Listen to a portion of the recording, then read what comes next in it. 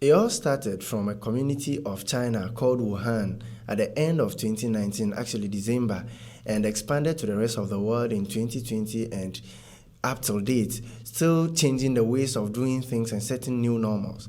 You are welcome, lovely viewers, to another episode of The Daily Trend Season 3 on New World TV Info English channel. Today we would like to look at COVID-19, what actually COVID-19 is, some origins of COVID-19, the preventive measures, countries that it has affected, as well as some myths that surround COVID-19 and the vaccine that have been invented so far. So we know COVID-19 to be a respiratory disease that affects our lungs, respiratory system, causing dry cough, increments in the temperature, and all those. So I would like to know from you guys, what do you make of COVID-19? Oh, okay. What I know about COVID-19 is that COVID-19 is a kind of virus that affects your nose, your sinuses, or your upper throat. And this kind of infection leads to respiratory failure, heart disease, shock, and even death. Okay, and then also COVID-19 is one of the viruses called coronavirus. It affects both humans and animals, yes. And then it's also called the severe acute respiratory syndrome, coronavirus 2. That is to say, there are other types of coronavirus. We have just coronavirus, yes. So that is COVID-19. Okay, so when we are looking at COVID-19 and now we know what it actually is, we'll try to look at some origins. The origins that we think it might have been coming from. So starting from myself, I learned that COVID-19 is from Wuhan. That is the Wuhan Institute of Virology. Okay. That's where the virus has been. As you said, it's not just COVID-19 is not the only virus of that type. So the severe acute respiratory syndrome has other variants. You understand? So the virus itself has been under study in Wuhan Institute of Virology over a decade. So people think that, it might have escaped. That very type of the virus might have escaped from the laboratories and expanded to the vicinities of Wuhan, and thereby getting to the other communities and China as whole, and then coming to the country. So that's one source that people think. And when it comes to the origin of COVID-19, there are claims that COVID-19 originated from bats. That is transferred onto humans. So, if you remember, we were, with the arrival of COVID-19, we were restricted to eat bush meat, grass cutter and then antelope. So, I remember it caused me a lot, even though I like it so much, but because there were claims, I didn't want to eat it. Yes, and concerning that too, I read from a source that COVID-19 is traced to a seafood an animal market at Wuhan. So that could be a reason why they are saying it's from Wuhan, and then it all started from Wuhan as well. Oh, okay. Yes. There are also some ideas, or how should I say it, thoughts that it might have been a biological weapon used to just reduce the population of the world. But then we can say all of those are just speculation and assumptions, because none of it has been proven scientifically yet. Sure. Yes. So from there, I think we should look at certain countries that the COVID has affected. So I have to know that COVID is almost in 210 countries so far.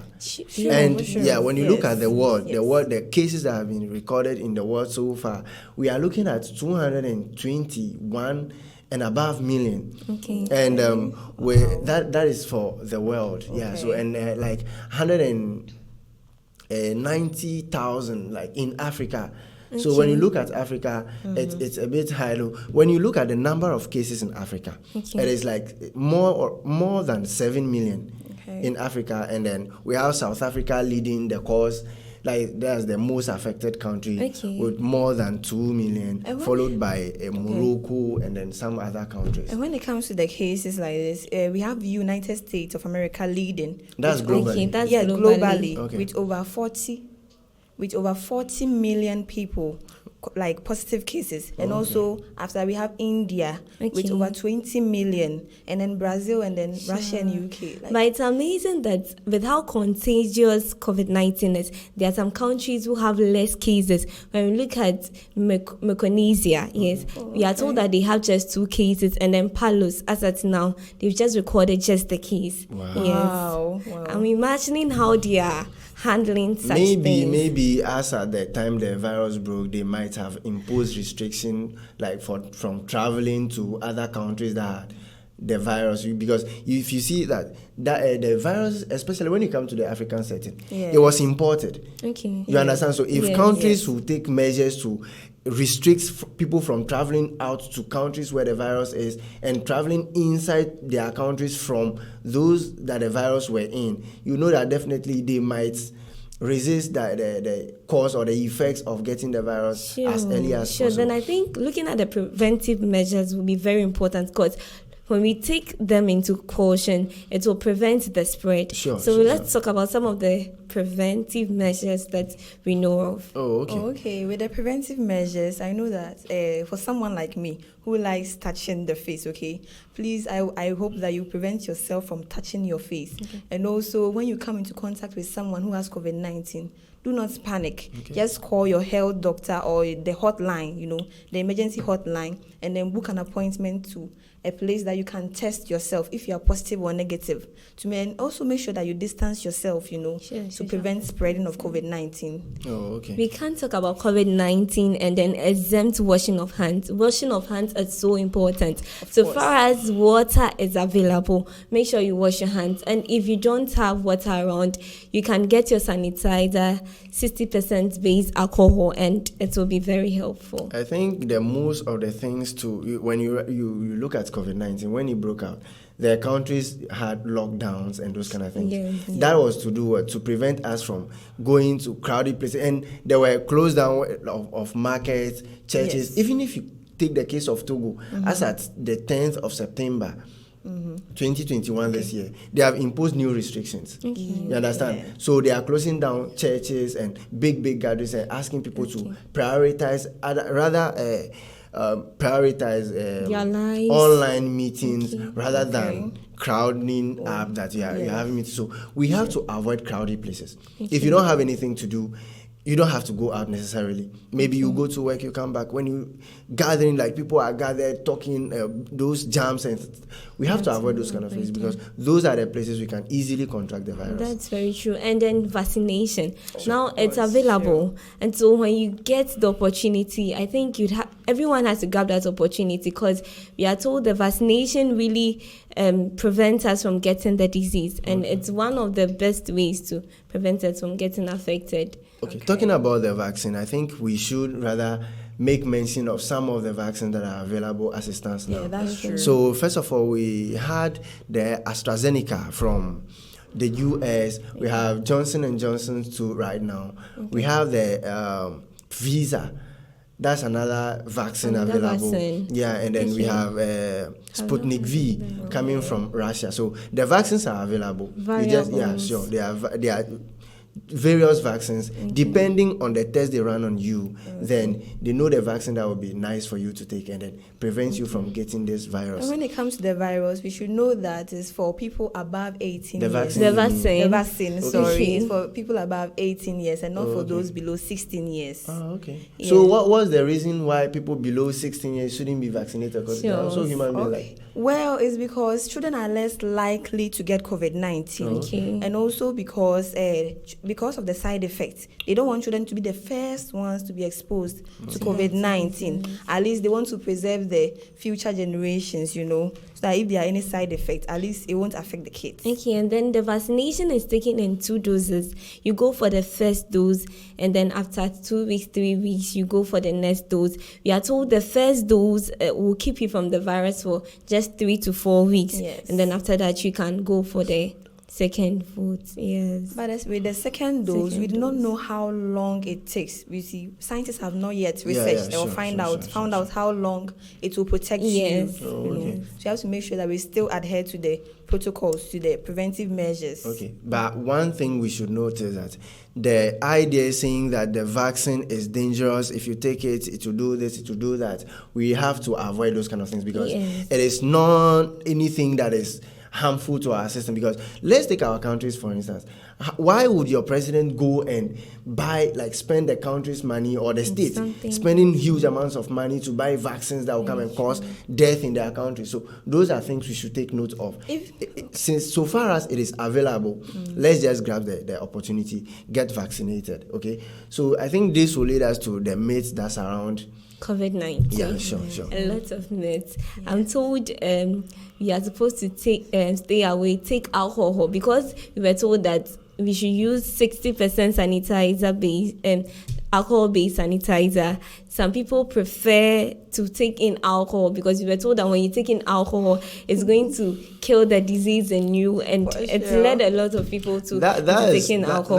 That's based on the fact that the sanitizer is supposed to be alcohol-based. Yes. So if the sanitizer is alcohol-based and it will kill the virus from my hand, thereby preventing me from getting it if I touch my nose or my... It's better I drink it, and if I drink that it, was very funny. Sure, if I drink it, but then... people took it serious, and it's a lie. It's so just you a realize myth. that people that were not drunkards to happen to start drinking alcohol just because they want to maybe kill the vaccine in their system. Yes, and also there was a myth going on that if you hold your breath, if you could be able to hold your breath for 10 or more seconds, it means that you are free from COVID-19. Yes, I tried that. Yeah, it's not true. I even tried that. It's not true. It doesn't mean that you're free from COVID-19 or any other lung diseases, okay? It's just a myth surrounding it.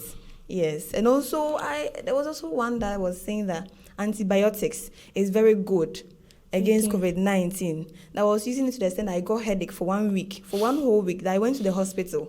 Wow. Yes, and the doctor told me that I should stop using it because it's like I'm abusing it, with everything that I use antibiotics, everything, washing, whatever, I use antibiotics. And even when you want to bath, you have I use antibiotics because I feel like it will protect me for some time, but it's not true. It's just a myth.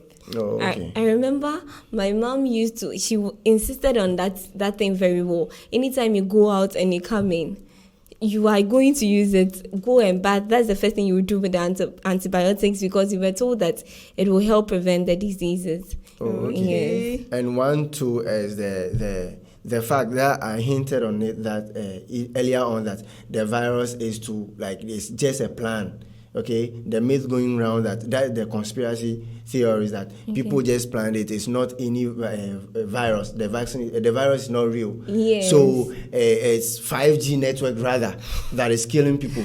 That the 5G network will suck your blood from your system and then that makes you die. So it's not a virus. Ask yourself, why would your country impose restrictions? Break down everything that is going on in the country just because they want to bring 5G network to come and kill you. So 5G network is not a cause of death, or it's not the virus. The virus is real. Okay. Yes, you understand? Sure. 5G network is not anything killing people. The virus is the thing killing people, and we have to adhere to the precautionary measures to prevent us from getting those. And then there are others who are saying that when you get affected with COVID-19, you don't need the vaccination again. You need the vaccination because it will serve as a booster. And then there's no need that when you say you had the virus, you wouldn't get it again. The probability that you get infected by the disease again, it's real, and so we need to get the vaccinations as well. And there's another thing. They say people think that after getting vaccinated, then you don't need to protect yourself. It's not true, because you get the vaccination all right. You understand? You get vaccinated. But the fact is that the virus changes every now and then. Because there's another one called Delta variant.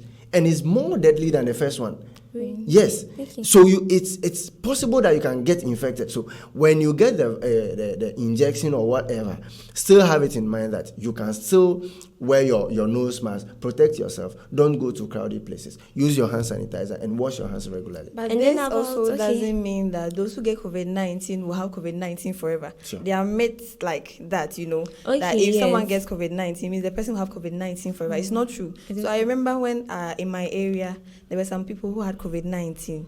Okay, it's like we wanted to distance ourselves from them because we thought that maybe they will never get cured. Okay. So it means that we will also get some, if by all means you relate with them. It's not true. Okay. Yes. It's never true. Getting a coronavirus doesn't mean you will die. Okay. That's one thing. It's not death, because it mostly kills people with underlying health conditions. Okay. You understand? So if you're asthmatic patients, you have high blood pressure and those kind of things, you are plausible to die out of COVID-19, and that's why you have to protect yourself. And when you get it, get vaccinated and all that, so that you'll be safe from it. And then people talk about companion animal, because they said COVID can be transmitted from animals. People talk about you being affected if you have dogs around, but it's not true. You can still have your animals around. Viewers, the discussion is getting interesting, but you have to go for a commercial break. We'll be right back. Stay tuned. When we come back, we are going to talk about the positive and then the negative aspects of COVID-19.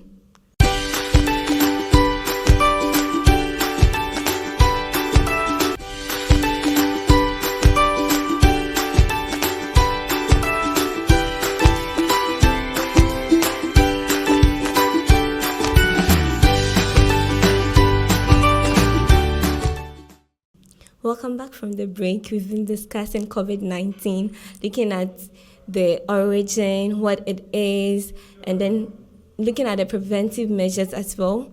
In this section, you're going to look at some of the positive and the negative aspects of COVID-19. Stay tuned and enjoy. All right, so let's go straight into the effects of COVID-19. Actually, it's not just negative. There are positive effects as well, but we'll start up with the negative effects, and I'll start with social, okay? You look at the social effects of COVID-19, because it's a society in which it came. It came into the society. Definitely, it has effects. But let's tackle it with the education aspect. You realize that the COVID-19 affected education systems because there was a distortion of the academic calendars. You realize that every institution, at the beginning of the year, they have the time frame within which they are beginning the year, when they break, when they come back again, and all those kind of things. But COVID-19 came and took everybody by surprise. Yes. So, as at the time, the calendar, everything is in progress. We had to break. Because there were impositions, there were restrictions imposed, lockdown, and those. There can be lockdown and people will be going to school. So definitely, all over the world, countries had to, schools have to break down. When you take Africa, for instance, it got to the West African sub-region around March. And by March, they had to impose lockdown. All schools had to break. So the academic calendar got distorted. We can talk about the effects it had on the education as well. The private institutions. You know, some private institutions, that was where some people also get their daily bread. Yes. But the lockdown and those close down of schools had to come, and then it affected them so the workers. Yeah, when it comes to the education sector, there was also the increase in costs, because when it comes after the lockdown, parents were expecting that at least the schools will have mercy or sympathy, and then rather reduce the school fees or even at least maintain it. But rather after the lockdown, most schools, especially private schools, increased their fees. It's surprising. Yeah, surprising that it affected the parents so much that they were complaining and pleading with the government to at least decrease it, And also, I remember when after the lockdown, when we came back to school, expecting that at least we would stay in our hostels for 1 month and then continue, write the exams and then come back.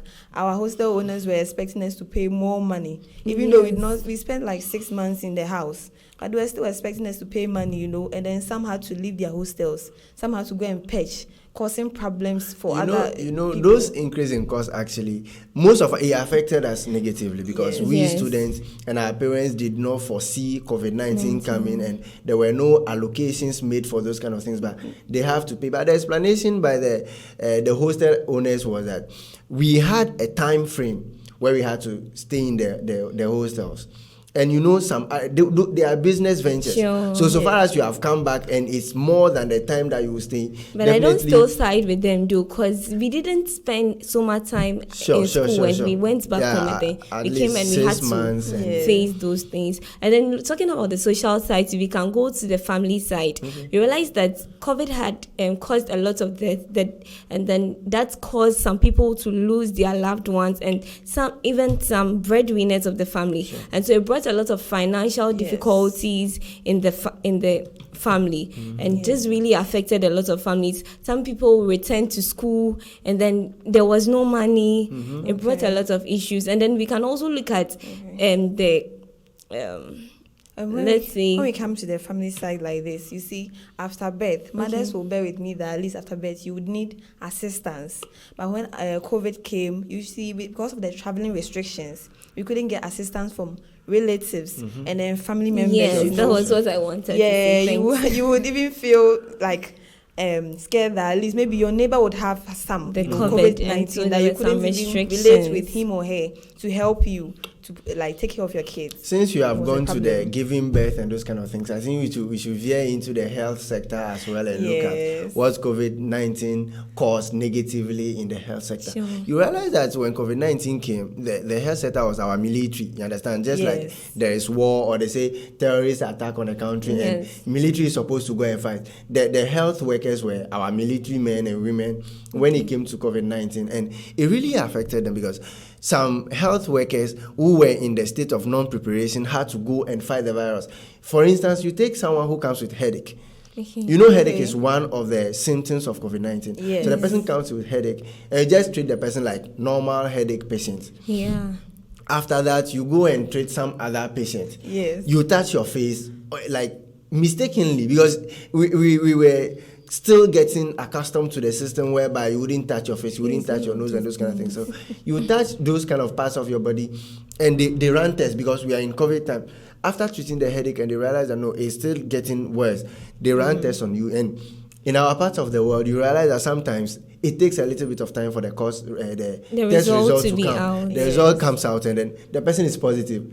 And he has already spread it to other people. It affected the health workers so greatly. You realize that sometimes we lost some renowned health practitioners, medical brains of the countries were lost through COVID. You realize that the COVID came around March, right? In Africa. If you take Ghana, for instance, it came in March, and by July, you realize there are like 2,000 health practitioners who contracted COVID. Wow. And some of them, almost 9 of them dying through COVID.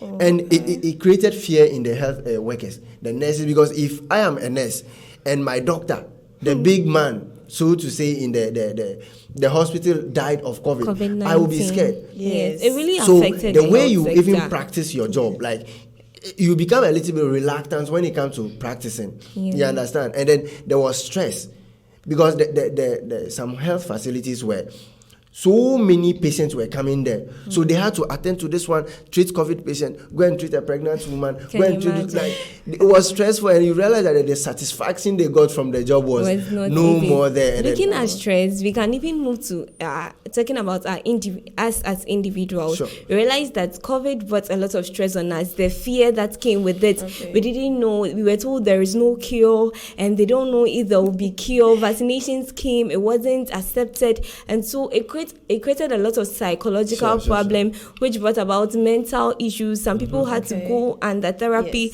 to be able to recover from the disease. And then even those who were affected by the diseases, some came back, and then still, because of how the discrimination and all those things, it brought so much problems. And when we come to the health sector too, because due to the unprecedented nature of COVID-19, with the arrival of it, before it, countries were spending less than 2% on their mental health sector. But after the arrival of COVID-19, they were spending more than that because of the isolation, the bereavement, and then also the anxiety created by COVID-19. So it also aggravated the already existing ones and also brought more mental health problems. If you talk about the psychological issue, this actually happened under my nose. My landlady was this religious woman. And then when you talk about COVID, she said it doesn't exist. She's a daughter of God. There were people and like so that. There was no COVID going to affect her. You understand? Wow. So anything, if you mention COVID in the house, you're in trouble. But it just happened that all of a sudden we heard that, in the vicinity, there's someone who had COVID. Come and see this woman. She was really scared. And she was pregnant, actually. So she was like, hey, I heard this virus kills people, pregnant women. Where will I hide? And you see the way she was running helter skelter, you realize that she was already affected mentally. So you know that COVID really affected and brought about mental issues. I believe that's why they made therapy very compulsory. When, let's say, you have COVID or when your family member has COVID, they made therapy like compulsory for everyone. Okay. Oh, okay. Yes. And Priscilla, you were talking about there was an increase in the mental care by the government. Yes. Looking at that, we can see that it affected the budgets of most of the countries because Sure. government had made plans for expenditures, and then this just came as a surprise. They had to take care, vaccinations had to be taken, and then they had to provide places for people who were affected, and then even people who had gotten in contact with the affected people. And so it really affected the economy of the country. Sure. Because when you take that too, you look at the instances where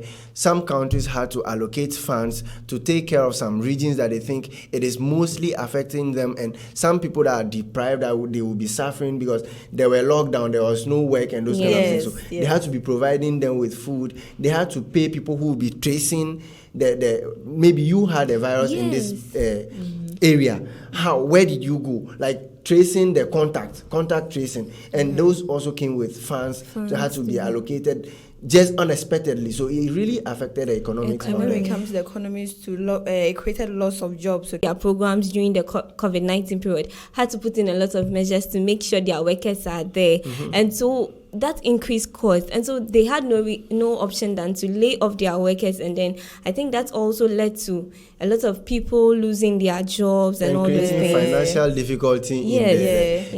There's one sector we shouldn't forget when we're talking about the economy, the agricultural sector. Because you and I, every now and then you have to feed.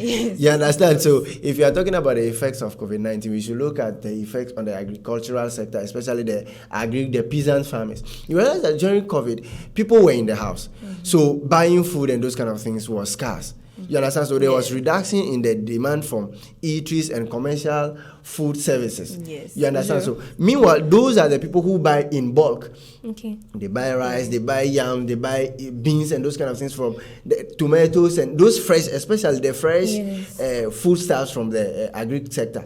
So you realize if I am a farmer and I deal in tomatoes, even in the business women and the farmers, you realize those are the people who they buy the things from. You understand? So if they are not coming for my products anymore, how will I feed? Yes, so and even markets were even closed. Markets were closed. So how would we go for those things? Sure, it was a little bit of difficulty for the agric practitioners. We can also look at now we go to the positives, because it's enough. The negative we know most it's of happening, and then sure. Let's look at some positives that COVID-19 brought. We realized that first of all, we didn't know about. Mostly, I actually had Zoom app on your phone, on my tablet, but I didn't know what to use it for. And if I needed space, I would have even uninstalled it. You understand? But up until COVID, I wouldn't know that there was this thing. So COVID-19 brought about the digitization of every sector. You understand? When you look at the business sectors, people that knew, fine, there's lockdown, but people still needed my services.